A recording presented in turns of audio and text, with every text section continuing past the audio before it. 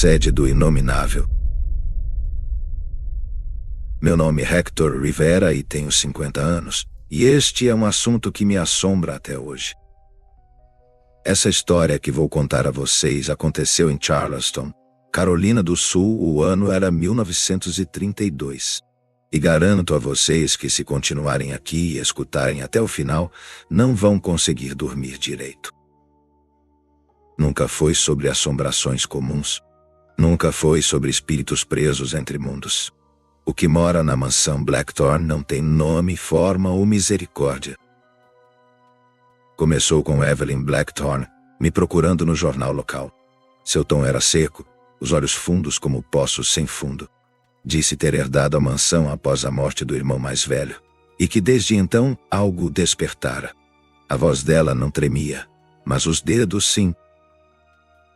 Preciso de alguém que acredite, antes que ela me tome também. Evelyn já tinha buscado ajuda antes. Um nome veio à tona: Ambrose Delacroix, um francês que abandonara a batina após um caso de possessão em Avignon. Ela o trouxe para Charleston há meses, mas desde então, ele desapareceu dentro da própria casa. Foi quando Margot Elwood, uma jornalista de Boston, chegou à cidade atrás de um artigo sobre casas vivas. Ela ouviu boatos de que a mansão Blackthorn engolia seus visitantes e, claro, estava fascinada. Se metade do que dizem for verdade, eu ganho o Pulitzer. Ela riu. E se tudo for verdade? Perguntei. Então você me tira de lá, certo? Eu não respondi. 12 de outubro de 1932, 22 horas e 43 minutos. Entramos pela porta da frente. A mansão era imensa, mas o silêncio parecia ocupar cada centímetro. As tábuas do assoalho rangiam como suspiros. O ar tinha cheiro de ferro e madeira molhada. No hall, Evelyn nos esperava com um lampião. Seus olhos estavam vermelhos de insônia. Silêncio absoluto depois da meia-noite. Se ela ouvir vocês, ela se move. Ela quem? Perguntou Margot. Evelyn apenas virou as costas. No segundo andar, o quarto de Ambrose estava trancado por dentro. A maçaneta girava, mas nada de abrir. O cheiro que saía, por baixo da porta, era horrível, como carne queimada e flores mortas. Foi aí que ouvimos 3 batidas na parede. Uma a cada minuto. Exatas. Precisas. Rituais. Margot arregalou os olhos. Isso é a primeira regra, comentei. Lembra? Na terceira batida, Evelyn desmaiou. 13 de outubro de 1932, 3h17 da madrugada. Acordei com a respiração presa. Margot dormia no sofá. Evelyn ao lado tremia em silêncio. O relógio marcava 3h17. O mesmo horário em que anos atrás, seu irmão fora encontrado morto no jardim de inverno, com os olhos arrancados e costurados dentro da boca. Nesse momento, ouvi um chamado. Hector. Não era Evelyn, nem Margot. A voz vinha do andar de cima, do quarto trancado. Peguei o lampião e subi. A cada degrau, o ar ficava mais denso, mais quente. Quando cheguei à porta, ela estava entreaberta. Lá dentro, Ambrose Delacroix estava ajoelhado, vivo, mas completamente sem olhos. Ela me mostrou o nome dela. Ele dizia entre dentes. Não devia ter visto. No espelho atrás dele algo se mexia. Não era reflexo. Era outra coisa. Algo que vivia do outro lado. 13 de outubro, 4h12. Ambrose gritou quando tentei puxá-lo para fora. Sua pele queimava ao toque. Sangue saía de seus ouvidos. No espelho, um rosto surgia, ou o que deveria ser um rosto. 1000 bocas torcidas. Olhos que escorriam feito tinta. E algo escrito com unhas na parte de dentro do vidro. Margot entrou, viu aquilo e caiu de joelhos. Isso não é só uma maldição. É uma entidade faminta. Evelyn apareceu na porta. Tinha marcas de arranhões no pescoço. Ela se alimenta do olhar. Do que você vê, do que você descobre. E se pararmos de olhar? Perguntei. Tarde demais. Vocês já viram? 14 de outubro, 1h07. Tentamos fugir. A porta da frente estava pregada. Por dentro, o jardim estava virado ao contrário, como se o mundo além da casa tivesse sido deformado. Ambrose estava morto. Seu corpo secou como um papel queimado. Margot falava em línguas. Evelyn começou a sangrar pelos olhos. Foi quando descobrimos o porão. E nele, o altar. Nazorrak, o que habita no véu. Margot começou a rir, mas não era mais ela. A entidade havia escolhido um novo hospedeiro. Estou sozinho. Margot sumiu. Evelyn morreu tentando se enforcar com as próprias tranças. Tudo que restou foi este diário, e a certeza de que a mansão ainda tem fome. Aos que encontrarem nestas páginas, queimem-nas. Quebrem cada espelho da casa. Nunca falem o nome que está no altar. Nunca escrevam. Nunca leiam em voz alta. E se por acaso forem dormir esta noite e ouvirem 3 batidas na parede, uma a cada minuto, corra. 14 de outubro, 3h da manhã. Voltei ao altar. Não por coragem, mas porque a casa me puxava. Os espelhos tremiam. A madeira parecia respirar. Eu ouvia Margot. Ela estava no porão, mas em todos os lugares ao mesmo tempo. Você viu, Hector? Agora precisa beber dela? Na parede atrás do altar, sob uma camada de tijolos recém-removidos, descobri inscrições em latim e outra em francês antigo, coisas que Ambrose provavelmente estudava antes de enlouquecer. Ele na paz de forme, ele Stefan, ele Stevion. Ela não tem forma, ela é fome, ela é visão. Puxei o diário de Ambrose, que estava encharcado de sangue seco, e li uma última anotação. Vi o verdadeiro rosto de Nazorrak. Ela me mostrou o nascimento da casa. Foi construída para contê-la, não habitá-la. Evelyn pensa que é uma herança, mas ela herdou uma cela. A mansão era uma prisão. E agora as paredes estavam ruindo. 14 de outubro, 3h47. Encontrei a escada secreta atrás da estante do escritório. Dava em um túnel que fedia a podridão e enxofre. Descendo com o lampião, vi símbolos espalhados nas paredes. Olhos riscados, mãos com 7 dedos, bocas costuradas. E então, a cela de ferro, onde algo se movia dentro de uma substância escura, parecida com fumaça viva. Margot estava lá. Ou algo com a aparência dela. A fome não é dela, Hector é sua. O quê? Você sempre quis ver, descobrir, entender. É isso que ela devora. A sede não é só do corpo. É da verdade. E então, ela me mostrou. Visão, fora do tempo. Vi o nascimento da mansão. 1692. Construída sobre um terreno profanado por um ritual de sacrifício de cegos. Vi gerações da família Blackthorne sendo oferecidas à criatura, para que a casa não ultrapassasse seus limites. E então, vi Evelyn criança, forçada por seu pai a assistir aos rituais. Vi ela costurando olhos em bonecas feitas de carne. Vi Ambrose lendo o nome proibido, em voz alta. Vi Clara Elwood enterrando um espelho de prata no peito. Ela sabia que não havia como sair. Quando acordei, estava deitado no altar. Margot desaparecera. Mas havia um espelho diante de mim. E atrás de mim, ela. 15 de outubro, meia-noite. Saí da casa. Não sei como. Talvez porque ela ainda precise de mim. Talvez porque ela sabe que vou escrever sobre isso. Que vou espalhar o nome. Que serei o seu profeta. Porque agora, eu também ouço sussurros. Vejo rostos nos espelhos de todos os quartos em que entro. Em Charleston, em Savannah, em Nova York. Ela não está mais presa à mansão. E o pior? Nem todos os reflexos são meus. Se você chegou até aqui, já sabe demais. Se estiver lendo isso perto de um espelho, não levante os olhos. Não olhe seu reflexo. Ela pode estar usando o seu rosto. E se ouvir 3 batidas suaves, uma a cada minuto, não responda.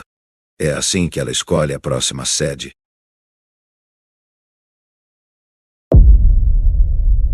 A Casa da Morte. Relato de Thomas Gallagher, outubro de 1977. Sempre fui um homem descrente. Um jornalista de Nova York decidido a desvendar corrupção. Não lendas, mas quando a redação do Tribune me pediu para investigar as histórias sobre a Casa da Morte na West Dest Street, decidi seguir adiante. Não esperava encontrar nada além de superstição barata. A casa era uma mansão vitoriana de tijolos vermelhos, número 14. Dizia-se que Mark Twain morava ali no século XIX e que vira algo no sótão que o deixou transtornado pelo resto da vida. Houve suicídios, assassinatos, desaparecimentos. Mas era o tipo de coisa que se dizia sobre casas velhas em Manhattan. Foi só quando entrevistei um historiador local, Alfred Dunning, que ouviu algo realmente estranho. Ele falou de um vilarejo ao norte do Hudson Valley, chamado Crooked Hollow, onde as pessoas ainda contavam histórias sobre a casa. Diziam que o mal que residia ali foi levado para Crooked Hollow, um pacto antigo selado muito antes de Twain nascer. Eu não deveria ter ido, mas fui. Era um final de tarde de outubro quando peguei um ônibus para o norte, rumo ao interior do estado. Crooked Hollow não aparece em mapas modernos. O ônibus me deixou em uma estrada de terra olhando para uma placa de madeira podre, escrita à mão, Crooked Hollow, 3 milhas. O caminho era um corredor de árvores retorcidas, galhos como mãos ossudas cobrindo o céu. Andei por quase 1 hora até ver as primeiras casas, construções de madeira envelhecida, telhados cobertos de musgo. Tudo parecia parado no tempo. O ar tinha cheiro de podridão e fumaça de fogueira.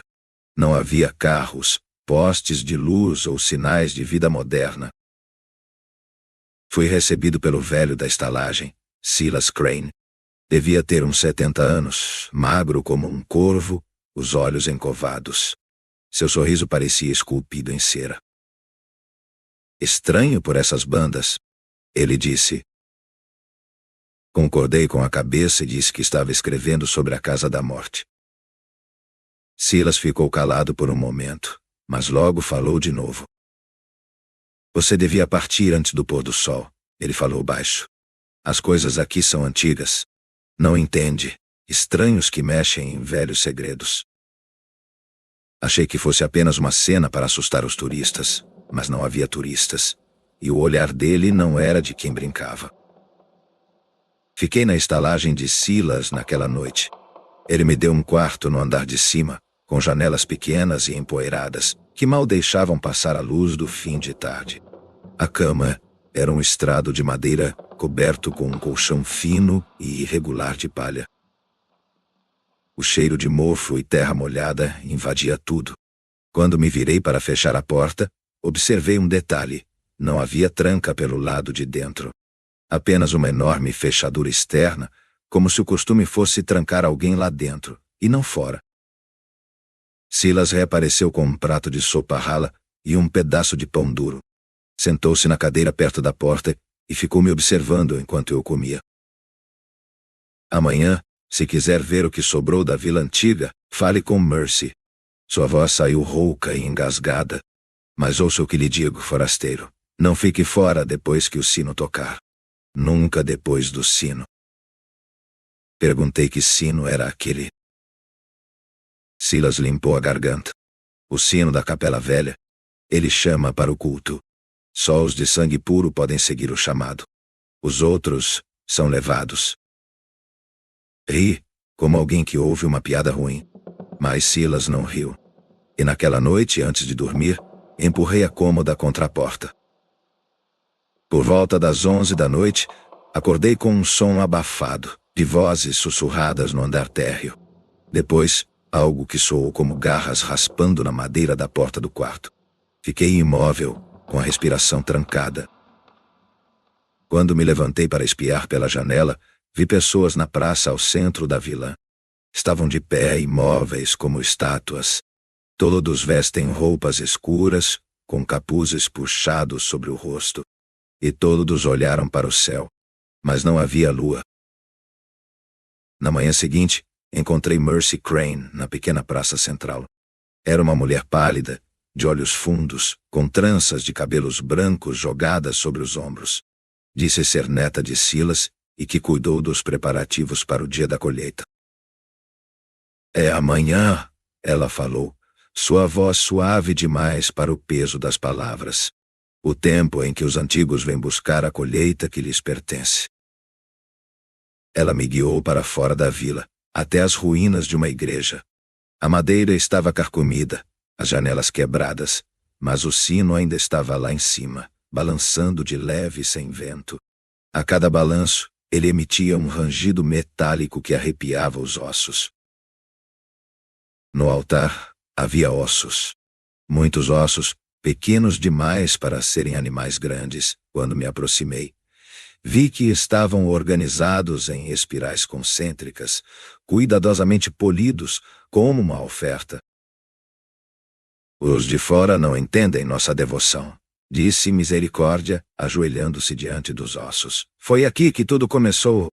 Em 1902, quando Twain veio buscar respostas. Ele prometeu que escreveria sobre nós, mas nunca mais voltou. Nem ele, nem sua alma.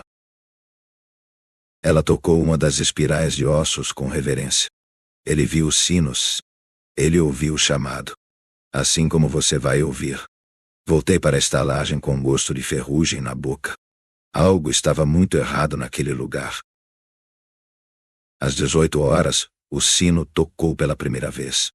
Era um som profundo, que fazia o peito vibrar como se estivesse preso dentro de um tambor.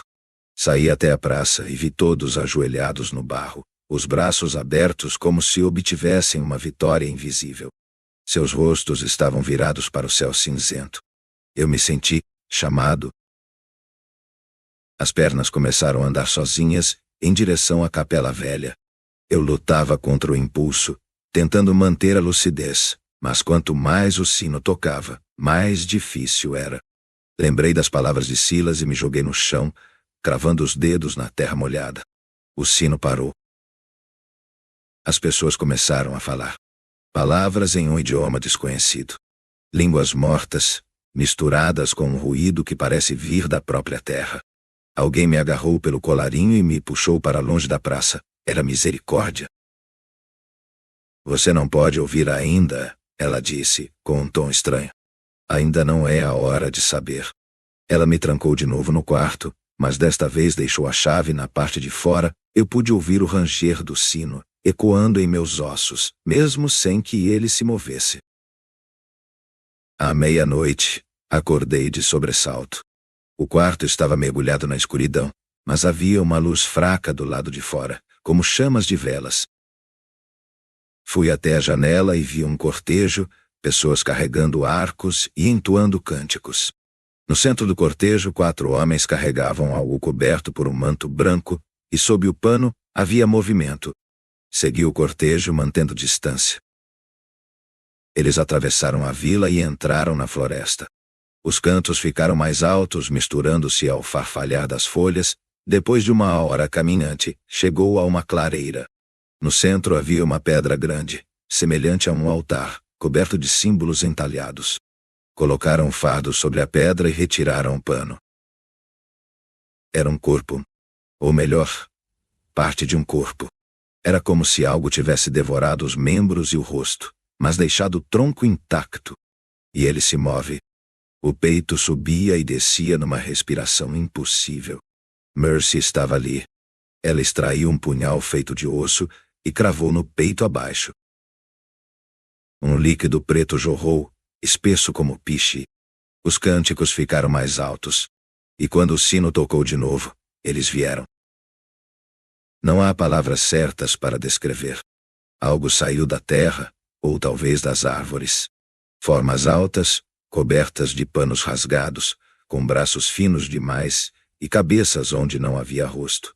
Apenas buracos abertos que emitiam um som estranho. Eles sentiram minha presença. Voltei para a vila ofegante, com múltiplos passos me seguindo de perto. Quando passei pela praça, vi que as casas estavam vazias. As portas abertas, as velas apagadas. Mas o sino não parava de tocar.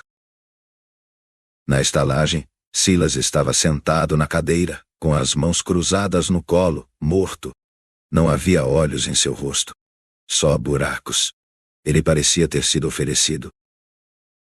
Eu não tinha para onde ir. A estrada pela qual cheguei não existia mais. Só uma floresta densa onde antes havia uma trilha. E então, eles apareceram. Todos.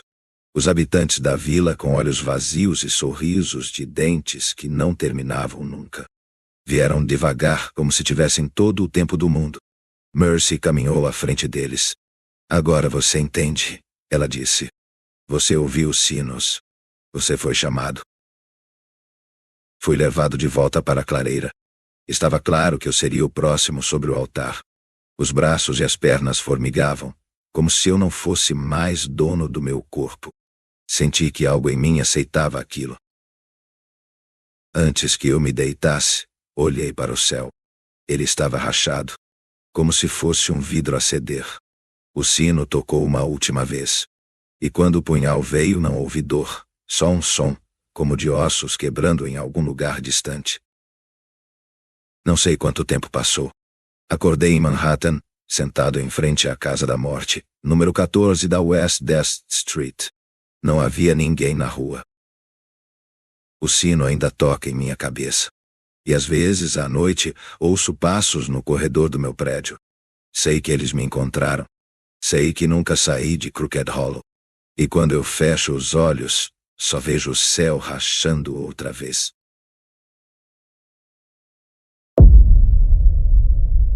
A Casa Bel Air. O Diário de Edmund Hargrove, 1897.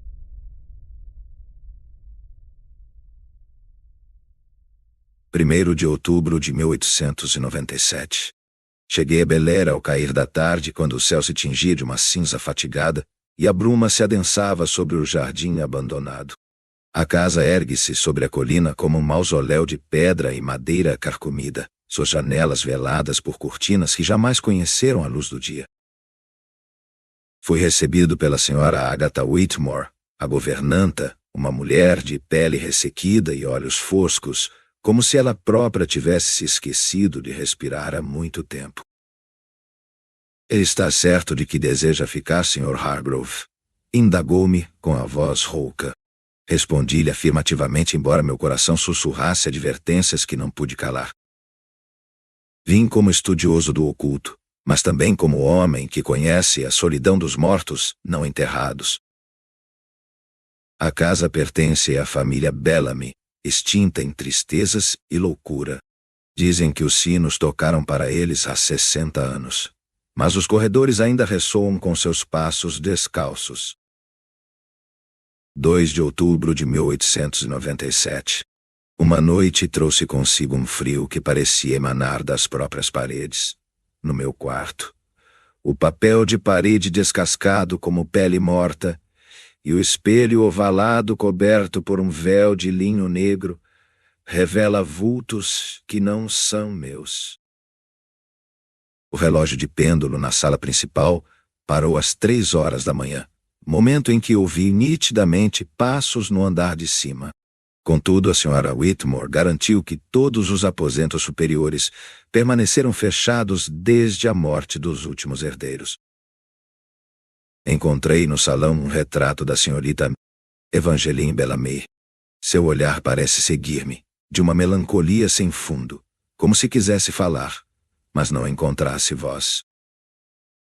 4 de outubro de 1897. As noites são longas em Bel Air. Esta madrugada algo chamava meu nome no corredor. Levantei-me com um lampião em mãos e percorri a casa. Encontrei a porta do antigo quarto de costura entreaberta, e no chão tinham bonecas de porcelana despedaçadas, os olhos de vidro arrancados de suas órbitas. As tapeçarias contorcem-se em formas que não reconheço. E ontem, ao tocar o piano abandonado no salão, ouvi alguém respirar junto ao meu ombro. 5 de outubro de 1897. A senhora Whitmore me contou sobre Henry Bellamy, o primogênito, que enlouqueceu aos 29 anos e foi encontrado enforcado no sótão. Disseram que seus últimos dias foram passados em conversa com a mulher do véu. Não há retrato dela, tampouco registro nos papéis da família, mas em meus sonhos vejo-a descer as escadas com os pés descalços, o rosto oculto por um tecido rendado e negro. Esta noite ouvi a canção de ninar que, dizem, a senhora Margaret Bellamy cantava para sua filha morta. Mas não há criança nesta casa. Não há ninguém além de mim, e eles... 7 de outubro de 1897. Sinto-me febril, escrevo com mãos trêmulas. As paredes escurecem ao cair da noite. O papel de parede sangra. Ouvi o estalar de ossos ao caminhar pelo antigo quarto da governanta anterior. Dizem que ela se jogou da sacada, mas jurei ver sua sombra costurando algo no entardecer. No espelho do vestíbulo vejo-me mais pálido, os olhos cavados, e algo atrás de mim sorri sem dentes. 9 de outubro de 1897. Encontrei um diário escondido sob o piso do estúdio. Era de Evangeline Bellamy. Escrevia sobre visitas noturnas de um homem sem olhos, que lhe promete a eternidade se ela aceitasse a marca do lamento. Ela morreu aos 17 anos. Disse a si mesma que a casa a engolia. Minhas noites são povoadas por vozes que imploram para serem lembradas. As portas rangem com os lamentos das crianças que nunca nasceram. O berço no antigo quarto da senhora Bellamy balança sozinho, e as paredes repetem meu nome. 12 de outubro de 1897. A senhora Whitmore está afastada. Encontrei rastros de sangue levando à biblioteca, onde as paredes são forradas com livros de feitiçaria e necromancia. Sobre a escrivaninha havia um medalhão, e dentro dele um fio de cabelo loiro, pertencente, creio, a Evangeline. A lareira acendeu-se sozinha esta noite, e entre as chamas vi rostos retorcidos gritando sem som. E me incomodar. 14 de outubro de 1897. Ouvi batidas na porta principal à meia-noite. Abri com medo. Não havia ninguém, apenas um pássaro morto aos meus pés. Um corvo com os olhos arrancados. A casa suspira nas madrugadas como um moribundo agonizante. Meu diário queima nas pontas das páginas sem que o fogo exista. O papel amarelo carboniza-se em meus dedos. Escrevo agora com carvão. 16 de outubro de 1897. Bel Air é um lugar que não nos liberta. Eu sou parte dela agora. Minhas veias são suas raízes. Senti mãos pálidas segurarem as minhas enquanto escrevo. Elas não deixam que eu parta. No sótão, há um círculo feito de ossos e velas derretidas. Em seu centro, o vestido de Evangeline jaz como se esperasse a volta de quem o usava. Deitei-me ao seu lado esta noite e dormi sob o olhar vazio do retrato na parede. 20 de outubro de 1897. Hoje não sei se sou Edmund. Vejo-me no espelho e encontro outro rosto. Falo com as vozes atrás das portas e elas respondem em vozes compreensíveis. Bel Air não está assombrada, ela é viva. Evangeline me visite. Senta-se à beira da minha cama e penteia meus cabelos. Seus dedos atravessam-me como névoa fria. 24 de outubro de 1897. Escrevo estas últimas palavras com sangue. Não importa. Ouço os sinos tocando em Bel Air. Alguém morreu ou alguém nasceu. A casa canta para mim. Eu sou Edmund Hargrove. Ou fui. Agora, pertenço à casa Bel Air.